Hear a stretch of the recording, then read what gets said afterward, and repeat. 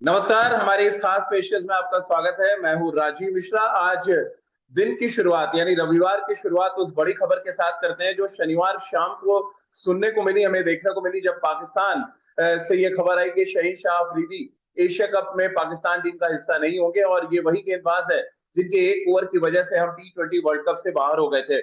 यानी कि बाएं हाथ के वो तेज गेंदबाज है जिनका असर हम अक्सर क्रिकेट के मैदान पर देखते हैं। और क्योंकि भारतीय टीम के टॉप ऑर्डर के बल्लेबाजों की बड़ी कमजोरी रही है कि लेफ्ट आर्म सीमर्स के खिलाफ हम अक्सर एक्सपोज हो जाते हैं, खासतौर से जब हम मल्टीनेशनल टूर्नामेंट खेलते हैं। वहां पर अक्सर हमने देखा है कभी ट्रेंट बोल्ट के सामने, कभी शहीन शाह अफरीदी के सामने। अभी हाल में हमने इंग्लैंड में देखा जब डेविड विली और टॉपली ने परेशान किया। फिर और आगे चले तो वेस्ट इंडीज के लेफ्ट आर्म सीमर ने परेशान किया। और जिम्बाब्वे के अगर आप सीरीज देखें तो उनके पास भी एक लेफ्ट आर्म सीमर है जिसको बहुत सहजता के साथ भारतीय बल्लेबाज खेलते हुए नजर नहीं आए। ऐसे में अब शहीन शाह अफरीदी का पाकिस्तान टीम में ना होना क्या भारतीय टीम को ट्रॉफी तक पहुंचने की आसान रास्ता बना देगा? इस पर बातचीत करने के लिए हमारे साथ पूर्व क्रिकेटर और सेलेक्टर सबा करीम है, जो इस समय जिम्बाब्वे और भारत के बीच जो ओडीआई सीरीज चल रही है उसमें कमेंट्री कर रहे हैं। लेकिन पाकिस्तान में क्या कुछ चल रहा है और एशिया कप के लिए भारतीय टीम की कैसी प्रिपरेशन नजर आ रही है, इस पर उन्होंने बहुत बारीक नजर रखी हुई है। सुपर संडे है आज और मुंबई में नाश्ता वाश्ता कर चुके हैं आप, लेकिन हम्म। नाश्ता करते करते मुझे यकीन है कि आपकी नजरें अखबार पे रही होंगी, न्यूज चैनल्स पे रही होंगी कि शहीन शाह अफरीदी का रिप्लेसमेंट कौन आ रहा है। तो पहले तो ये आप बताएं जरा कि अगर आप टीम मैनेजमेंट का हिस्सा हो भारतीय टीम के, तो कितना बड़ा सेटबैक आप पाकिस्तान के लिए मान रहे हैं और भारतीय टीम के लिए कितनी अच्छी खबर? सबसे पहले तो पाकिस्तान के लिए राजीव ये बहुत बड़ा झटका है। वो उनके एक मेन मेन स्पीडस्टर हैं, वो अटैक को स्पीयरहेड करते हैं, वो एक विकेट टेकिंग बॉलर हैं। और उन पर बहुत ज़्यादा पाकिस्तान की बॉलिंग जो यूनिट है, पेस बॉलिंग यूनिट है, वो निर्भर कर रही थी। उनका नहीं रहना इस एशिया कप के लिए बहुत बड़ा झटका है।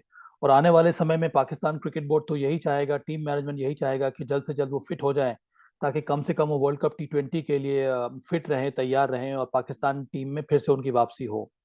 देखिए, बहुत कम बार ऐसा होता है कि T20 फॉर्मेट में कि किसी पेस बॉलर ने या स्पिनर ने स्पिनर की वजह से इतना बड़ा इम्पैक्ट होता है। अब मेरे जो दिमाग में आ रहा है वो एक तो शाहीन शाह अफरीदी हो गए, दूसरा राशिद खान को अगर आप देख लें, जब आईपीएल के मैचेस होते हैं तब भी हम लोग हमेशा बात करते हैं कि राशिद खान का रहना बहुत जरूरी रहता है उस टीम के लिए, क्योंकि उनके 4 ओवर जो रहते हैं बहुत ज्यादा बहुमूल्य होते हैं। कुछ उसी प्रकार से शाहीन शाह अफरीदी का भी इम्पैक्ट रहा है पाकिस्तान क्रिकेट के लिए। अब रही भारत की बात, तो बैलेंस जो है इस समय शाहीन शाह अफरीदी के नहीं रहने से वो पाकिस्तान टीम का बिगड़ जाएगा और इसका फायदा जरूर मिलना चाहिए भारत को।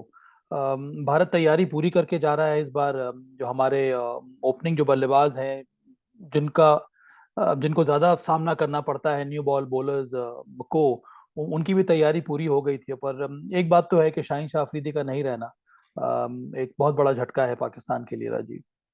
सबा भाई, अगर हम दो खबरों को एक साथ क्लब के करके देखें और खुदा ना खास्ता जसप्रीत बुमराह भी अवेलेबल नहीं होते, तो फिर क्या बराबरी पर आ जाएगी सिचुएशन? आपके दो स्पेयर हेड तेज गेंदबाज यानी पाकिस्तान के शहीन शाह अफरीदी और जसप्रीत बुमराह अगर अवेलेबल नहीं है, तो क्या आप इवन कॉन्टेस्ट देख रहे हैं तब भारत पाकिस्तान का जो पहला मुकाबला है एशिया कप में?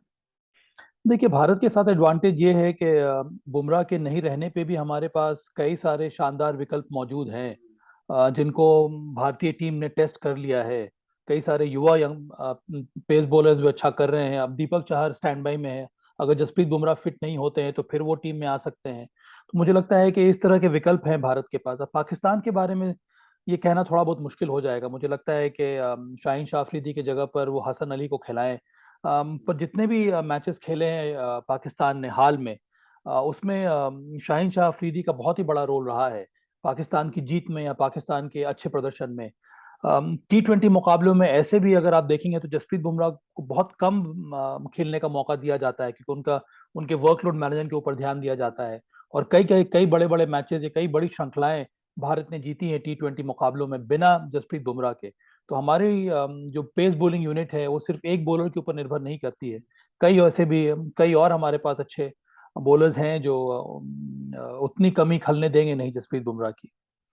सबा भाई, क्योंकि लेफ्ट आर्म सीमर हमेशा चर्चा में भारतीय टीम के खिलाफ इसलिए रहते हैं और खासतौर से पाकिस्तान के हम लेफ्ट आर्म सीमर्स की बात करें चलिए वसीम भाई का एरा तो अलग था, बट जब मोहम्मद आमिर आए तो उन्होंने, फिर उसके बाद जब से शहीन अफरीदी आए वो बहुत परेशान कर रहे हैं। उससे उस बीच में आपको याद होगा एक मोहम्मद इरफान करके भी लंबे कद के लेफ्ट आर्म सीमर आए थे पाकिस्तान के। ये पाकिस्तान जब अच्छा तब कर पाता है जब उनके लेफ्ट आर्म सीमर्स अच्छा करते हैं। क्योंकि अगर आप वर्ल्ड कप का मैच याद करें, शहीन अफरीदी के एक ओवर ने पूरा मैच का रुख बदल दिया था, उसके बाद बहुत काम आसान हो गया था बाबर आजम और रिजवान के लिए। क्या ये एक्स फैक्टर पाकिस्तान मिस करेगा? क्योंकि वो 4 ओवर बड़े इंपॉर्टेंट होते हैं, ना सिर्फ कंटेन करने के लिहाज से, बल्कि जो इनिशियल ओवर्स में वो विकेट निकालते हैं अपने स्विंग से। क्या पाकिस्तान के लिए ये एक बहुत बड़ा झटका, और शायद एशिया कप जीतने की जो बात हम कर रहे थे वो पाकिस्तान के लिए थोड़ा मुश्किल हो जाएगी अब? थोड़ा कठिन रहेगा पाकिस्तान के लिए। पर ऐसे भी अगर मैं एशिया कप की बात करूं राजीव, तो वहां पर दो ही मजबूत टीम मुझे नजर आ रही है इस समय, पाकिस्तान और इंडिया।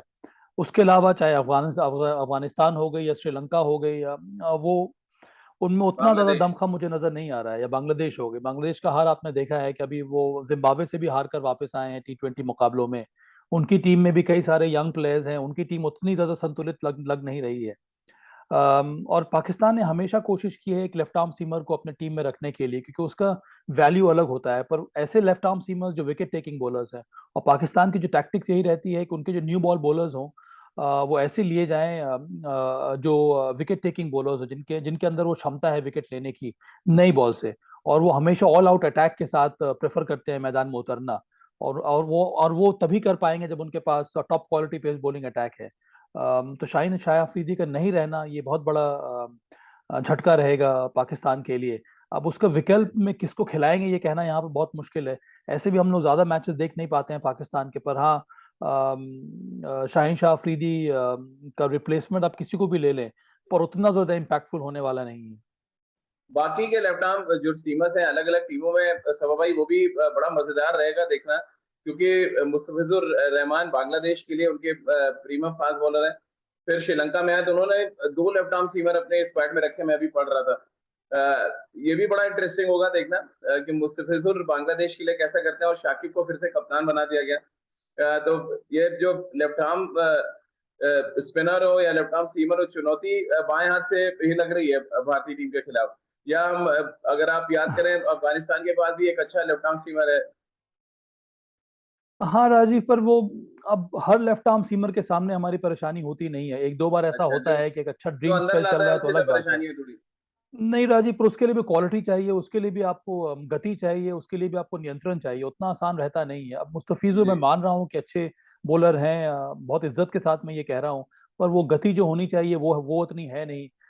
तो मुझे लगता है कि भारतीय टॉप ऑर्डर को परेशानी तब होती है जब एक लेफ्ट आर्म सीमर हो जो गति के साथ बॉल को लेट अंदर लेकर आए। और अगर आप पिछला एक तरह से पैटर्न देखेंगे हमारे बैटर्स का, तो इस प्रकार के बॉलर्स, लेफ्ट आर्म सीम बॉलर्स जो ओवर द स्टंप्स बॉल डाल रहे हैं, राइट हैंड बैटर्स को जिनकी बॉल तेज गति से बहुत लेट स्विंग होकर अंदर आती है, वहां पर हमें परेशानी होती है खेलने में। और उस तरह के बॉलर, अगर आप शाह अफरीदी को हटा दें इस एशिया कप के पेस बॉलिंग कॉम्बिनेशंस में थे, और मुझे ऐसा कोई पेस बॉलर नजर नहीं आ रहा है जो उतना ज्यादा तंग करेगा भारतीय टॉप ऑर्डर को। तो वो ज्यादा परेशानी होनी नहीं चाहिए भारतीय टीम को। तो भाई, शादाब खान ने बड़ा स्टेटमेंट दिया जैसे ही शाह अफरीदी के बारे में ये खबर आई कि 4 वीक के लिए वो बाहर हो गए। उनका कहना है कि पाकिस्तान के लिए बड़ा सेटबैक है शाह अफरीदी का ना होना। ये टीम के वाइस कैप्टन है। अब चलिए, भले ही आपके प्रीमियम फास्ट बॉलर ना हो, बट ये पाकिस्तान के अगर शाह अफरीदी नहीं है तो अचानक उनका बॉलिंग अटैक जो है कितना वीक नजर आने लगता है। टीम का जो संतुलन होता है, कई बार आप टीम बिल्ड करते हैं एक या दो खिलाड़ी के इर्द गिर्द। अब जैसे कप्तान हो गए बाबर आजम, या मोहम्मद रिजवान हो गए, या शाह अफरीदी हो गए। उसी प्रकार से भारत भी यही प्रयास करता है कि दो तीन प्लेयर्स के इर्द गिर्द आपकी टीम बनती है। वो आपके मैच विनर्स होते हैं, जिनमें वो निरंतरता है अच्छे प्रदर्शन करने की। वो उनमें से एक या दो खिलाड़ी अगर मिस कर जाए तो फिर परेशानी बढ़ती है टीम की। और वो भी आपके पास जब समय बहुत कम रहता है तैयारी करने का या फिर विकल्प ढूंढने का। तो पाकिस्तान के साथ इस समय कुछ ऐसा ही हुआ है। बहुत ही कम समय है यहाँ पर एशिया कप में। और उसके पहले ही अब शाह अफरीदी, जो उनके बिगेस्ट मैच विनर है मेरे हिसाब से ऑल थ्री फॉर्मेट में, उनका नहीं रहना बहुत बड़ा, बहुत उनकी कमी बहुत ज्यादा महसूस करेगा पाकिस्तान। कोशिश जरूर होगी कोई ना कोई नए पेस बॉलर ढूंढे जाएं। पर वहां तक पहुंचना उतना आसान नहीं होगा। तो शादाब खान ने इसी बारे में कहा है, अब बहुत जल्दी उनको एकजुट होकर फिर से एक नया मैच विनर ढूंढना होगा। एक ऐसा बॉलर को उनको स्पीयरहेड करने के लिए बनाना पड़ेगा ताकि वो अच्छी गेंदबाजी करे हर एक मैचेस में। सवा भाई, आखिरी दो सवाल। पहला सवाल तो ये कि हमेशा जब आपका प्रीमियम गेंदबाज, जो आपका मैच विनर गेंदबाज है, ना हो, बैटिंग डिपार्टमेंट में थोड़ा एक्स्ट्रा प्रेशर आता है अपने बॉलर्स को कवर देने के लिए कि आप 25 रन 30 रन एक्स्ट्रा बनाए। क्या ये प्रेशर पाकिस्तान की बल्लेबाजी पर भी असर डाल सकता है कि शहनशाह अफरीदी नहीं, आपको वो जो 25-30 रन एक्स्ट्रा बनाने हैं वो आपकी रणनीति को खासा नुकसान पहुंचा सकते हैं? अम, देखिए, T20 के मुकाबले में आप उस तरह से मैदान में उतर नहीं सकते हैं कि फिर आपको कुशन प्रोवाइड करना होगा, क्योंकि आपका एक मेन बॉलर मौजूद नहीं है। अंत में जो जिन बॉलर्स को आप चुनेंगे उनसे आप उम्मीद करेंगे कि वो भी कुछ उसी प्रकार का रोल अदा करें जो शाहीन शाह अफरीदी ने किया है। तो अंत में बहुत ज़रूरी होगा पाकिस्तान के लिए कि वो एक संतुलित बॉलिंग अटैक के साथ मैदान में उतरें और विश्वास दिखाएं जो भी नए पेस बॉलर्स को आप खिलाना चाह रहे हैं 11 में। और भारत की भी स्ट्रैटेजी कुछ इसी प्रकार की रहती है। अगर जसप्रीत बुमराह नहीं हुए तो इसका ये मतलब नहीं है कि हमारे बल्लेबाजों को और ज्यादा रन बनाना पड़ेगा। रन आपको ऐसे भी ज्यादा बनाना होगा, वो निर्भर करेगा सिचुएशन के ऊपर और कंडीशंस के ऊपर। पर अंत में बहुत जरूरी है कि आपके पास सही बैलेंस होना चाहिए और आपको विश्वास दिखाना होगा उस पर्टिकुलर कंपोनेंट ऑफ बॉलर्स के ऊपर। तो चलिए, बॉलर्स ही मैच जिताते हैं। पाकिस्तान के लिए बड़ा सेटबैक ये कि शहनशाह अफरीदी टीम के साथ नहीं है। ऐसे में सवा भाई, दोनों टीमों के बॉलिंग डिपार्टमेंट को अगर आप तराजू पे रखें, क्या भारतीय टीम का पलड़ा भारी नजर आ रहा है बॉलिंग डिपार्टमेंट में? और क्या ये एडवांटेज इंडिया कह सकते हैं, ट्रॉफी जीतने के ज्यादा आसार हिंदुस्तान के लिए बढ़ गए हैं शहनशाह अफरीदी के ना होने से? मेरा तो ये मानना है कि शाहीन शाह अफरीदी के रहते हुए भी भारत अच्छा। की पोजीशन बहुत ज़्यादा मजबूत थी, क्योंकि भारत ने बहुत ज़्यादा मेहनत की है पिछले विश्व कप के हार के बाद और बहुत बड़ा परिवर्तन टीम में देखने को मिल रहा है। मैं मानता हूं कि जो जो बल्लेबाजी क्रम है, जो बल्लेबाजी टॉप ऑर्डर है वो वही है, पर अप्रोच का बहुत बड़ा फर्क पड़ा है, माइंडसेट का बहुत बड़ा अंतर देखने को मिल रहा है। और भारत अब बहुत बहुत खुले मन से T20 क्रिकेट खेल रहा है और हर एक खिलाड़ी को के अंदर वो अब जज्बा आ गया। फिर हर एक खिलाड़ी को उतना सपोर्ट किया जा रहा है कि आपको जाकर फियरलेस क्रिकेट खेलनी है। और इसका अंतर मुझे पूरा विश्वास है कि एशिया कप में जरूर देखने को मिलेगा। तो पाकिस्तान की बात की बात अलग है, वो अपने हिसाब से तैयारी करेंगे, तो भारत की तैयारी पूरी तरह से मुकम्मल है। तो शाहीन शाह अफरीदी रहे ना रहे उससे कोई फर्क पड़ता नहीं है। चलिए, तो इस बड़े स्टेटमेंट के साथ सभा भाई ने जो दिया है, और मुझे लग रहा है पाकिस्तान में खासा ट्रोल भी हो सकते हैं सभा भाई, जिस तरह से उन्होंने कहा शहीद साहब अफरीदी हो ना हो कोई फर्क नहीं पड़ता, हिंदुस्तान पूरी तरह से तैयार है और एशिया कप जीतने के अब वाकई संभावनाएं बहुत बढ़ गई, क्योंकि जिस तरह की क्रिकेट इन दिनों भारतीय टीम खेल रही है, फियरलेस क्रिकेट खेल रही है, और पूरी तरह से उनका अप्रोच बदल गया है। और हम सब उम्मीद ही कर रहे हैं कि जब एशिया कप शुरू होगा तो धमाकेदार अंदाज में भारतीय टीम आगाज करेगी और पहले ही मैच में कम से कम ये दिखाएगी कि एशिया कप के लिए नहीं बल्कि वर्ल्ड कप के लिए भी भारतीय टीम पूरी शिद्दत के साथ तैयारी में जुटी है। बहुत बहुत शुक्रिया आप सभी का हमारे साथ जुड़ने के लिए।